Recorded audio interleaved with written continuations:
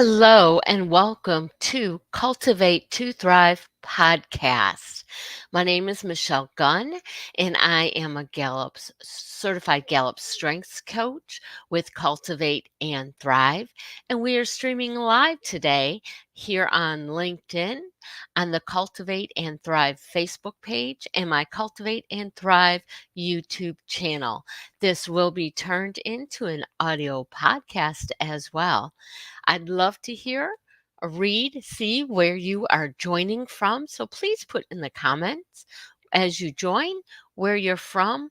And if you do join the replay, please use hashtag replay so that I know who I'm reaching and where.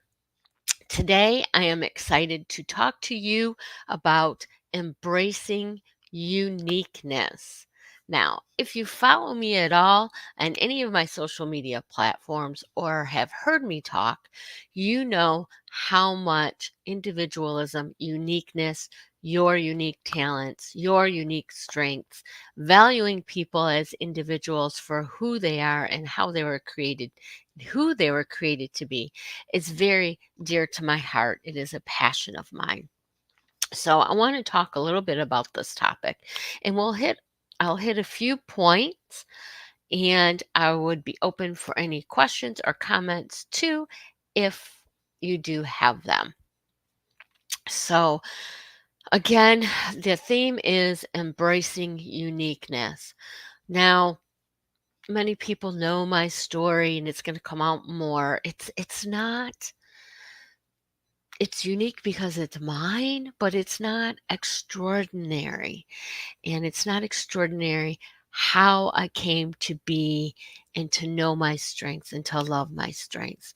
Now, it is important to know that although we're all created uniquely, it is imperative that we embrace each other in our uniqueness, that we work best in teams, that our strengths complement each other, and it makes a positive impact when we can do that.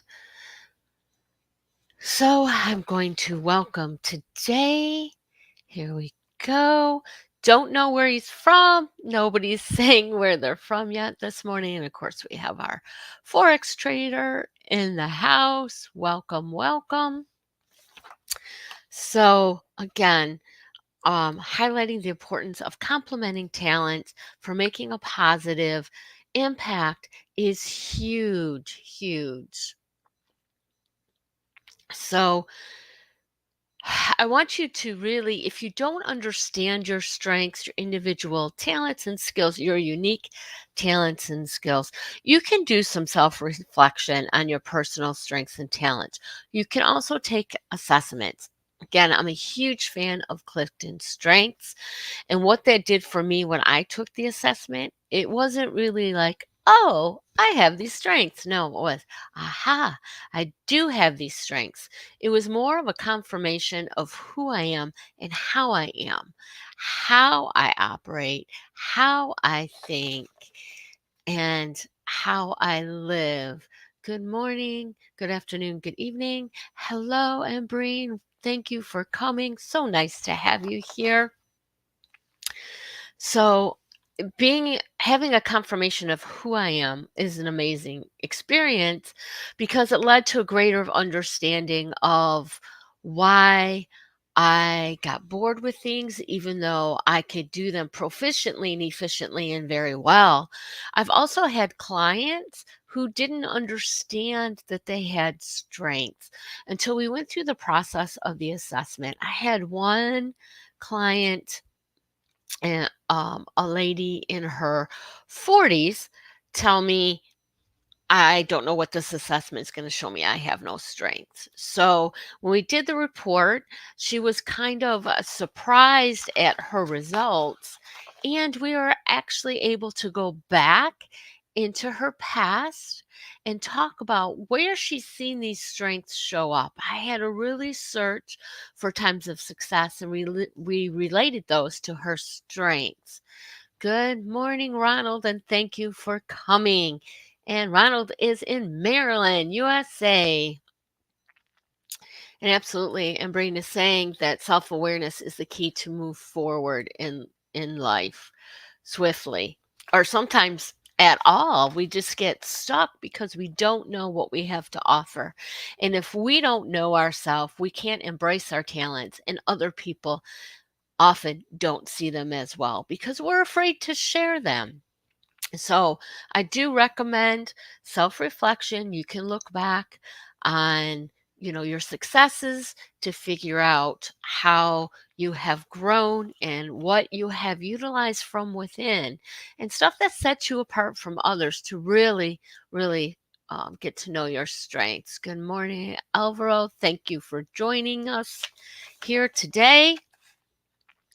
Um, Also, again, really having the value of recognizing how you operate, because a strength is something that you use to move forward over obstacles, and you can use it in different ways to overcome different things.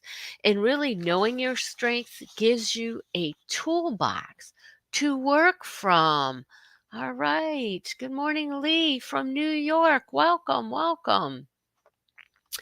So, we do want to have a great understanding. And if you are stuck in this and not knowing what your strengths are, or you have an idea and you're not sure, some keys are: think about, what do people often come to you for?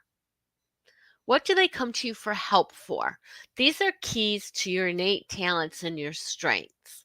What people automatically come to you for. What kinds of things do you do well without a whole lot of work? It comes easy to you. Now, that's not saying that you don't need to build up your skill set, but the foundation is easy for you. Oftentimes, it shows up in school, and as parents, we miss that. Again, I always tell my kids, if I knew then what I know now, I would definitely raise them differently. And having my daughter and her husband living with us with their 5 month, soon to be 5 month old, um, I have broached this topic with her, and to be looking for strengths in her son, even at a young age, as their personality starts to develop. And we have, and I'm going to butcher your name, so I'm not going to say it, but good morning from Algeria. Nice to have you here. Not real good with names. Sorry about that. But yes, looking at a young age, what talents start coming out, and fostering those talents and developing and encouraging those talents will help. Another thing that you can look at is, what do you do that just brings you joy? Now, it might be not being your job where you are actually getting this joy from doing stuff, but you can develop skills to be successful in your job, but that doesn't necessarily mean that those skills are a foundation of your strengths. So it's something more innate and easy for you.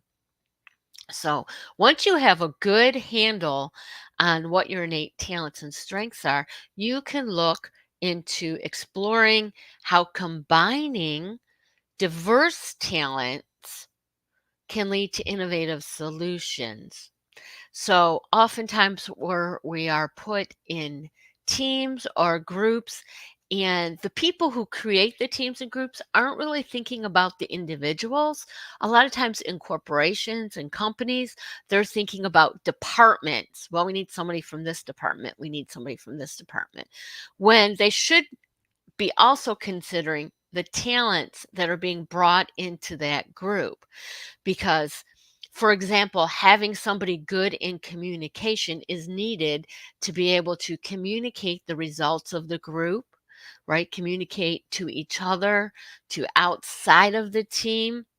You also want to have people that are high in ideation, can come up with ideas so that you get fresh ideas. You don't want people who are just stuck in the past doing things they've always been doing. So I do want to share this comment from Ronald. He often has great things to say. Our skills become outdated, and there's always somebody more qualified, it seems. True. But what are our natural gifts and talents? How about there are better qualified people but less supportive, arrogant? you may be more relatable. That is true. And a lot of times, like Ronald says, skills can be taught, but innate talents, they're innate. You're born with it. So having somebody, like if you need somebody who's highly organized, you can hire somebody and say, this goes in this folder. We do these emails this way. We store this stuff here. But having somebody that can easily see how things fit together will make the flow so much more quicker. Then they can learn your system and also develop it and improve upon it. Thank you, Ronald. I'm glad you're getting some value today. So, going back, I have a tendency to go off track, so I have my outline to keep me on track. But we need to really appreciate what other people offer. And going back to corporations and companies, when there's a hiring manager, they often like to hire people who are like them, right? Because they can see their value and then they can see that value in other people. The problem with that method is then you have a lot of people that see things the same way.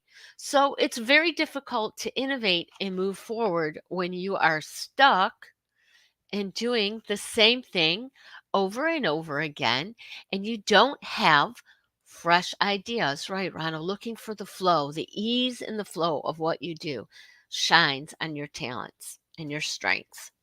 So you do want to be able to look at other people and find their um, individual talents and strengths. And you can use similar things. By all means, have the discussion, get to know your people.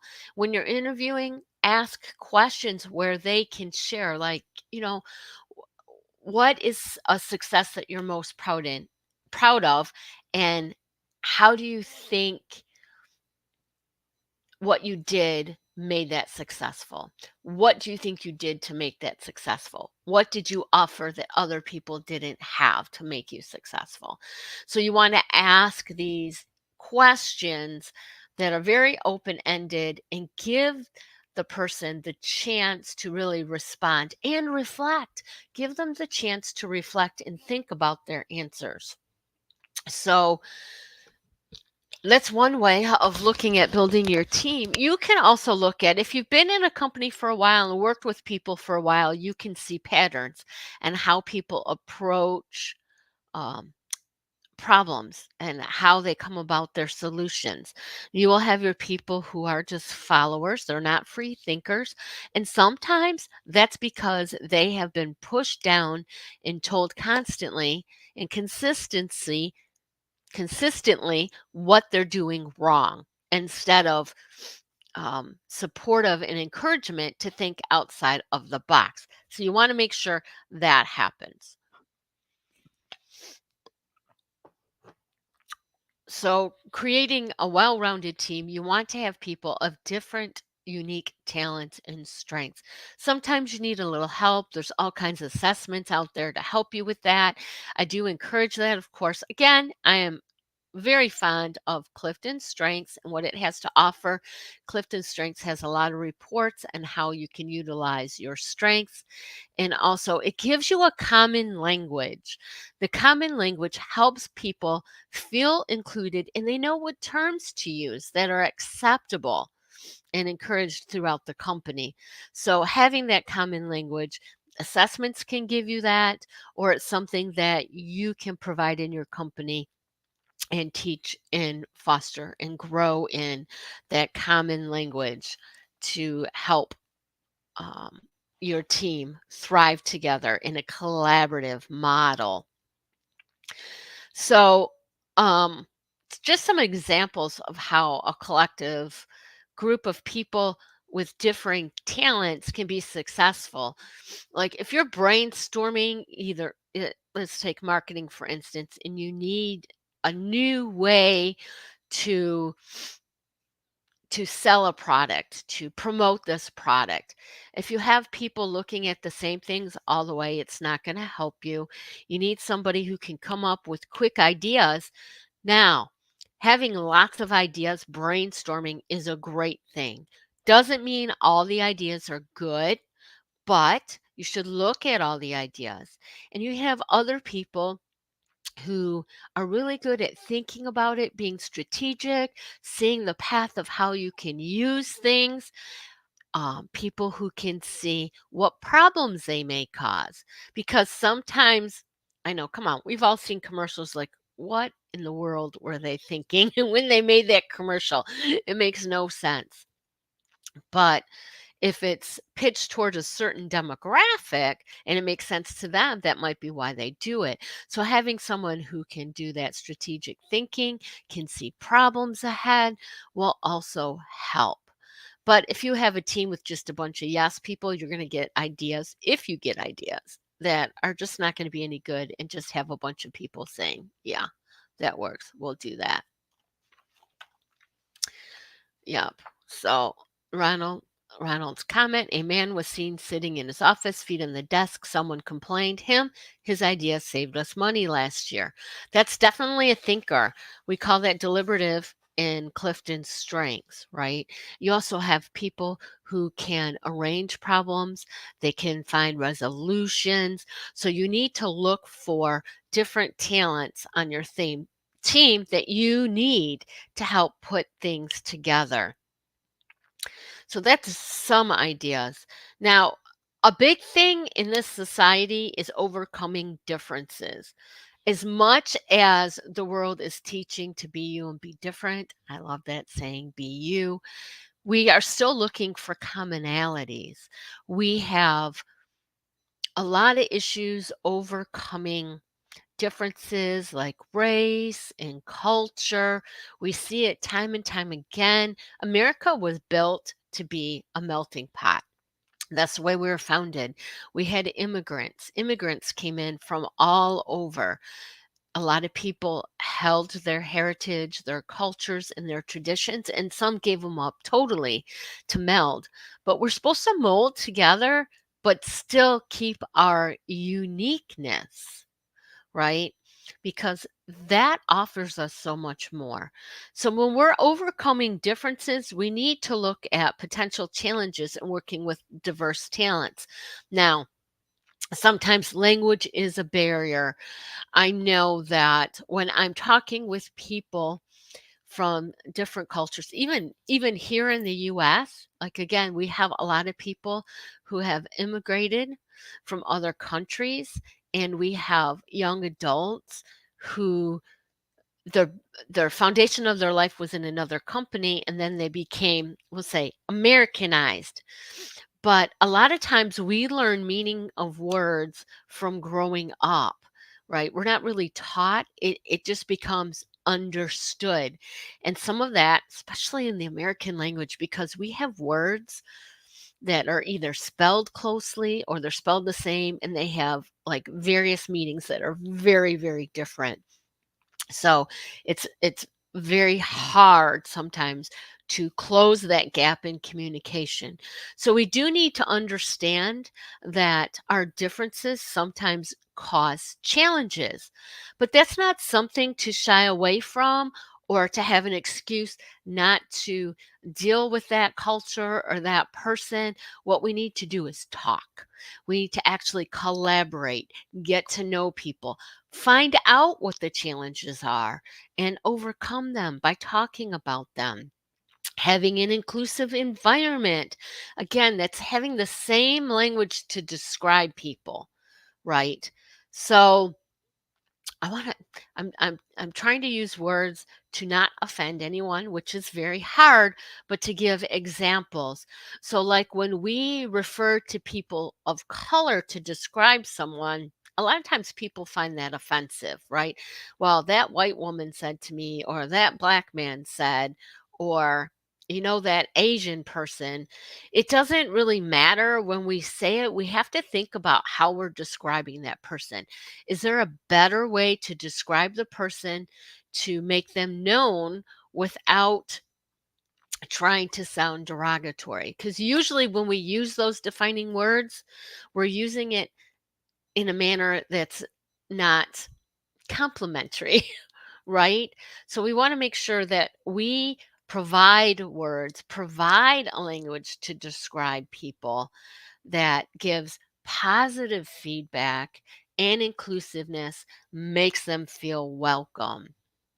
So, again, sharing some stories of uniqueness and positivity.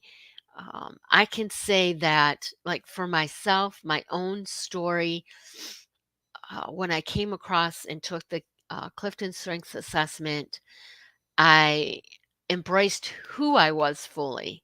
And I really worked through life mostly in retail, fast food, and nonprofit management. I did well. I often got bored. Then I found my strengths. And like my top strength is belief. I have to align myself with people and companies and organizations that have a purpose that align with my beliefs. If their language or actions do otherwise, I have a hard time with it. But I also have to know that having a strength or talent and overusing it causes it to be a weakness or a hurdle. I get so strong in my beliefs that sometimes it's hard for me to see the other side. So I have to step back. So learning that about myself has been very helpful in working with other people, and especially in my family, right, with my spouse. So also, I've had clients who have embraced their strengths once they find them, to know how to utilize them in their career or job, as it may be, to really create a success for themselves. They learn how to, we'll say, sell themselves better, right? By putting that out there, letting potential employers know what they bring, letting their current employer know what they bring. When we are open about our talents and we are open about recognizing them in others, we can offer and embrace opportunities for greater success for other people as well as ourselves and our company.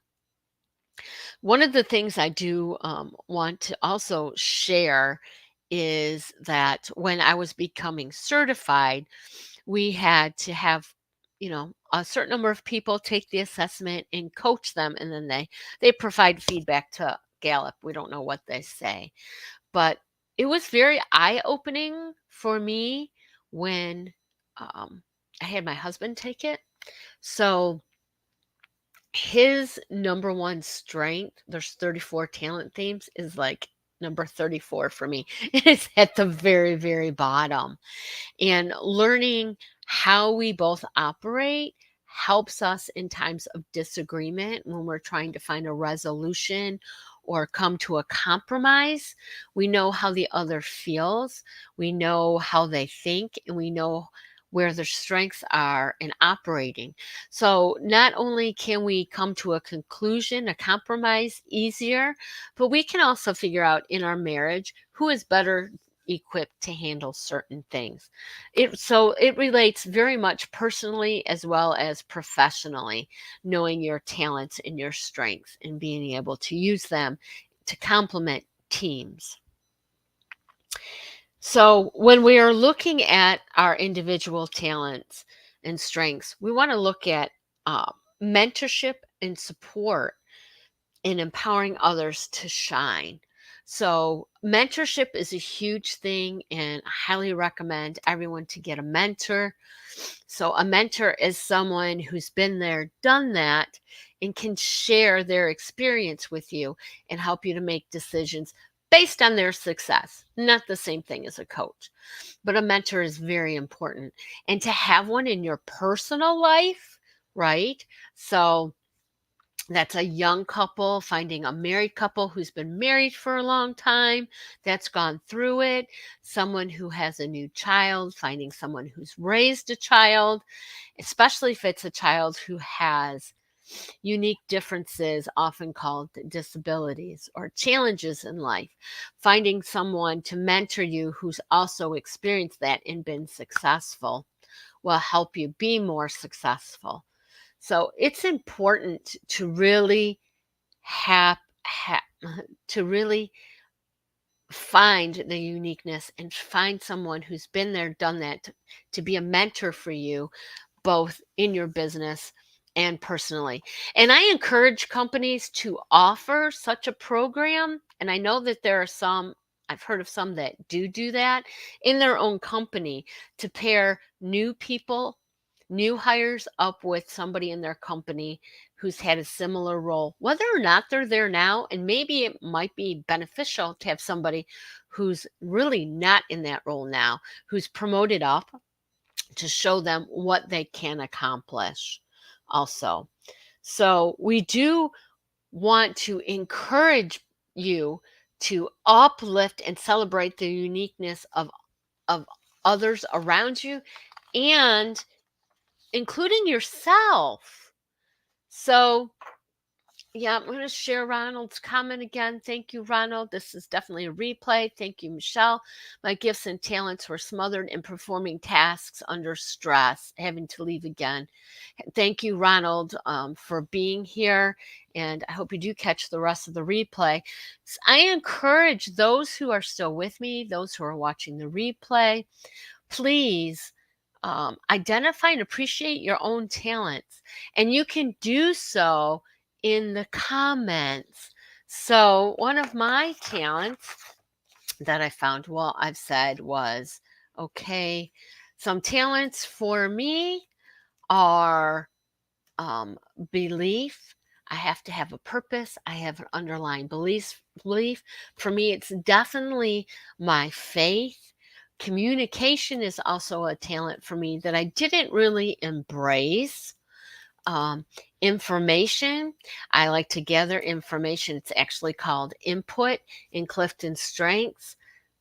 This was a problem for me as a child because I didn't have good boundaries. So I often sought out just any information. Um, Also, arranging, also known as juggling, is a talent for me. So I like to plan. I like to have a plan, but if you throw a wrench in it, it'll frustrate me. And then I just kind of juggle things around and then I make it work. So have patience with me because I will get there. And also, one of the other things that I love to share for me is developer. Developing people is a big one for me. I get great satisfaction in sharing that. I get great satisfaction in seeing people get developed and finding their strengths. So if you want to drop a comment with your talents, I'd love to see what you have. Um, and also, if you have experience that you want to share and any insights you have gleaned from these experiences, please drop them. These series of lives are meant to be interactive, even though it's usually just me talking. I love to have feedback from the audience and see what you're getting out of it and what you have. So please share. Also, if you need to discover your uniqueness and you are on a hunt, you're stuck, or need some confirmation, or would like guidance on how to move forward, please reach out. I am here for you. I would love to work with you to help you uncover what makes you you. So do either send me a DM or drop a comment saying something about connecting to learn more, something like that. But I would love to be a resource for you and possibly work together as your coach. So, great takeaways today are you are unique. You were created to be unique. And again, my faith, I believe God created each of us for a purpose with individual unique talents to serve others, to complement others for the greater good. So your talent is there to work with other people's talents. You are not there to do everything by yourself. That's not what we are. First of all, human beings are social. Even people who are introverts are social. We need other people. And we need other people for our talents. You hear all the time on businesses, you can't do it all. You need to hire people. So you should spend your time on things where your talents lie. Things that come easy, things that you're good at, things that you can develop to be great at. And look for other people to complement and fill in where you're not as strong. Don't like to call them weaknesses because that's such a negative connotation to it. So I like to think of it more of a challenge, okay? Or an obstacle, which might be negative for people, but when you have help, there really aren't any obstacles. So remember, you need to know your talents and strengths, what makes you unique. You need to be able to spot them in other people, and you can do so by observing, watching how they work, by talking to them, and listening to what they have to say. Also, you can see what other people go to them for. What Even though their job might be X, people might be going to them for Y because they're good at it even though and they love it. So they do it even though it's not part of their paid job, right? So, and when you're making teams, creating teams, look at who you're having. Don't just go by department, go by what their unique talents are and what they have to offer. So you have a well rounded team that can work together. That doesn't mean you can't have people on a team that are alike. You just don't want them to all be alike. You want to make sure that you have a varying. Welcome, Judy. Thank you. She's been called unique. Her strengths, coach, mentor, trainer, sense of humor, optimistic, and positive. Absolutely. I have seen that. Judy, I think what I have seen on LinkedIn is that she really embraces helping people moving up. Not only will she be a great mentor, I think she'd be great to have on a team because I think I believe Judy will pull out from people what they're good at. She's not going to allow them just to hide behind the norm. I don't know, Judy, is that true? That's kind of what I see. And she is very positive. So it's great to have positive people. So when we're looking at unique talents, make sure you do it in a positive, affirming way. So that's going to wrap up on embracing uniqueness. If you have any questions, jot them down. And until next week, you can follow me on LinkedIn, Facebook, Instagram. I have a TikTok. I also have my Cultivate and Thrive LinkedIn page, Facebook page, YouTube channel, and Instagram. Hope to see you around. And let me know if there's anything else you want to hear about. And Judy says yes. So make sure you connect with these people who have commented and shared on my live today. And can't wait to see you again. Have a great day and be unique, be you.